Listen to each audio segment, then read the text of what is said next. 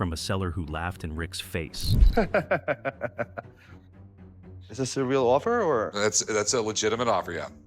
That's not a legitimate offer. To a fake that shocked everyone involved. It's not real. Oh. These are the Pawn Star deals that went completely wrong. When someone walks into the shop with a 2,000-year-old coin featuring Julius Caesar's face, you'd think Rick would treat it like a national treasure. But nope. Instead, fans watched one of the most insulting offers in Pawn Star's history. It's a portrait coin of Julius Caesar from the month before he got assassinated. Okay. It started strong. Ilya came in with a genuine coin, minted just 1 month before Caesar's assassination. Even Rick seemed impressed, joking he might have been Caesar in a past life. This particular coin was struck within 30 days prior to Julius Caesar's murder. Then came the expert. David confirmed everything. The coin was real, rare, and deeply historical. He even said the very existence of Caesar's portrait on that coin may have led to his murder. But then came the gut punch, the price. Dave, he's been in the coin business his entire life, and I'm gonna take his opinion. Ilya tried to keep things civil, but even he couldn't believe the offer. Nor could he hold his cool here. That's not a legitimate offer. You're just using your position here, trying to buy something for below its market value. The $1 million Lincoln photo. Some sellers walk in with coins or guitars. Others come in with history itself. At least, that's what this guy thought. He claimed he had something no one had ever seen before. A one-of-a-kind 1863 photo of Abraham Lincoln and Mary Todd Lincoln.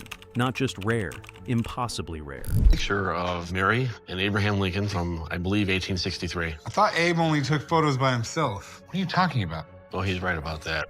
The man claimed he'd bought it as part of an anonymous lot of 19th century photographs and personally identified the couple himself. Photo of Abraham and Mary Todd Lincoln together. So if it is real, it's probably the only one in existence. With zero documentation and a gut feeling, he set his price. So, how much do you want for this? I feel it's 1 in a million, so I'm asking $1 million. Whoa. Yes, $1 million. Rick stayed calm and brought in Maureen, a respected photo expert, to examine the image. It's supposed to be Abraham Lincoln and Mary Todd Lincoln. Yeah, I have my doubts. Okay. Do you mind if I take a look at it? absolutely. She complimented the ambrotype's beauty, but quickly pointed out flaws. The nose didn't match, the eyes were wrong, Mary's face looked too wide, and the whole thing just didn't line up. You can see that his nose is a little bit different, his eyes are a little bit different. And Mary Todd's face is a little wider. But the seller wasn't having it. He insisted he use calipers and background research to make his case. When Maureen disagreed, he straight up told her she was discrediting herself. I don't want to be difficult here, but I feel I'm an expert. I look for other things besides just face. I look at the clothes, I look at the background, I check. Yes. The photo stayed in the guy's personal collection, and the only thing it really captured was one of the most awkward standoffs in Pawn Star's history. So your opinion is it's not real? It's not. Thanks for coming in. You're the best. Thank you. The $1,500 KFC chandelier. Pawn Stars has seen its fair share of bizarre items, but this one left even Corey speechless. A woman walked in carrying what looked AI-generated, a Kentucky Fried Chicken chandelier made entirely of vintage KFC buckets. She said she'd been gifted the fixture back in the 1980s during her time in KFC management training. The chandelier had sat in her garage for years before she decided to cash in. Her asking price? $2,000. Something you don't see every day. What in the world is this? This is a Kentucky Fried Chicken chandelier lamp. Corey was skeptical, but charmed. He called it something you don't see every day, and after a quick look at the wiring and buckets, he offered $1,300. They settled at $1,500. Can you go $1,500? You know what? I gotta have it. $1,500, it's yours. Sounds perfect. But that's the problem. Most KFC memorabilia collectors didn't even know these lamps existed, and those who did weren't paying anywhere near that amount. Online forums later pointed out that even pristine, verified KFC chandeliers rarely fetched more than a few $100, and this one wasn't even fully intact. The only thing crispy here was the overpayment. Madonna's $25,000 day planner. Most people bring in coins, collectibles, or maybe an old guitar. But this guy showed up with Madonna's personal day planner from 1988, complete with handwritten notes, celebrity phone numbers, and hearts drawn around Sean Penn's name. From 1988, filled with unbelievable phone numbers, dates, all completely handwritten by Madonna. It had Bruce Willis, Dennis Hopper, Jane Fonda, and even Pee Wee Herman. He claimed he bought it from a reputable auction house and called it a great Madonna artifact. His asking price was a whopping $25,000. So how much are you looking to get for it? I'm asking $25,000 for the book. Really? Really. Corey didn't know what to make of it, so he called in a handwriting expert. The expert actually confirmed the writing matched Madonna's style.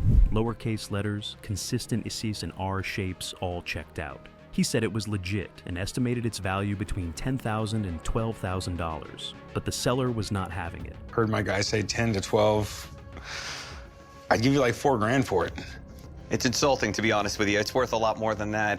When Corey countered with just $4,000, the seller was offended, calling the offer insulting. The deal went nowhere. The guy walked out, claiming the planner was clearly worth over $20,000 and that Corey had made a mistake. And in the end, it became just another unsold piece of pop culture and one of the more dramatic walkouts in Pawn Stars history. Madonna's day planner isn't going to be one of mine, I promise. Well, we'll see what happens. I appreciate your help. Take care, man. Thanks, man. The Sue vest without proof. Every now and then, Rick takes a gamble, but this one didn't pay off. A seller came in claiming he had a Sioux youth vest from the 1890s, supposedly Native American and handcrafted. Rick was intrigued. The stitching looked right, the beads were consistent with plain style decoration, and it had the patina of something old. I'll tell you what, I'll give you $1,200 for it. Would you go 14? I'll tell you what, I'll meet you in the middle at 13. That's what I can do. Without any expert authentication or provenance, he still pulled the trigger and offered $1,300. The seller happily accepted, and Rick seemed confident he'd scored something valuable. But when the vest was later examined, the truth came out. It wasn't a fake, but it also wasn't from the 1800s. It turned out to be a modern piece, likely made for ceremonial or decorative purposes, not a historical artifact. Unfortunately, I don't think this is from that time period. I love it when my dad makes mistakes. Rick was quick to admit the mistake. He even joked that it was rare to see him make one, but this was definitely one of those times. And while he didn't get fully scammed, the value just wasn't there. Without proper documentation or an expert's confirmation, the vest had no real resale value, just regret. I mean, we all make mistakes. I mean, who would have thought the Indian vest would have turned out to be real? In the end, the vest stayed in the shop, and Rick got stuck holding the beads. The fake Marilyn Monroe poem, a handwritten poem, a vintage photo, and a tag from the Korean War. This seller came in swinging, claiming he had a personalized poem and signed photo from Marilyn Monroe herself. Looks like she's swinging on a rope. Yes. In high heels, I'm sure that's really safe. He said it was addressed to a man named Herbert S. French and included his obituary and military tags for good measure. What was it appraised at?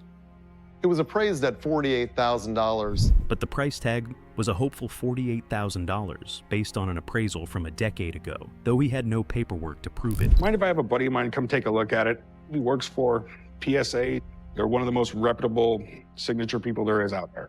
Wonderful. Corey brought in a PSA expert to verify the signature and handwriting, and, well, it was secretarial. The red pen, the flow, the rush strokes, it all matched examples from Monroe's assistants. That alone dropped the value dramatically. But the expert didn't stop there. When he compared the handwriting on the poem to known samples of Marilyn's, it was obvious. This wasn't her penmanship either. The pressure, formation, nothing matched. But once I took a look at the piece, it was pretty quick to see that it wasn't Marilyn Monroe's signature and it wasn't her handwriting. It could have been her sentiment, the expert said, but she didn't write this. The only thing with any collectible value was the photograph itself, maybe $40 to $50 tops. The seller looked crushed. Corey stayed polite but firm. No deal. Well, I thought it was real. It's disappointing, but I very much appreciate your time.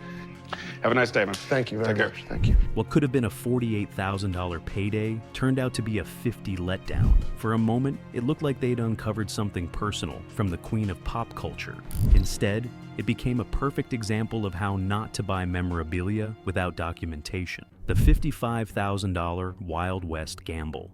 When a guy walked in claiming he had a Colt revolver used in the Wyoming Range Wars, Rick perked up. It allegedly belonged to Fred Coates, a sheriff-turned-enforcer during one of the last great clashes of the American frontier. Hey, how's it going? Good. I've got an 1884 Colt that was in the Wyoming Range Wars and the book that goes with it. The seller came prepared. A worn 1884 Colt Single-Action Army, a book referencing Coates by name, and a notarized letter from Coates' great-great-granddaughter claiming the gun was passed down through the family. The ask? $55,000, though he said he'd settle for $45,000. I'd like to sell it. Okay. How much were you looking to get out of it? I'd like $55,000. $55,000? Rick brought in an expert in Western firearms history to verify the provenance.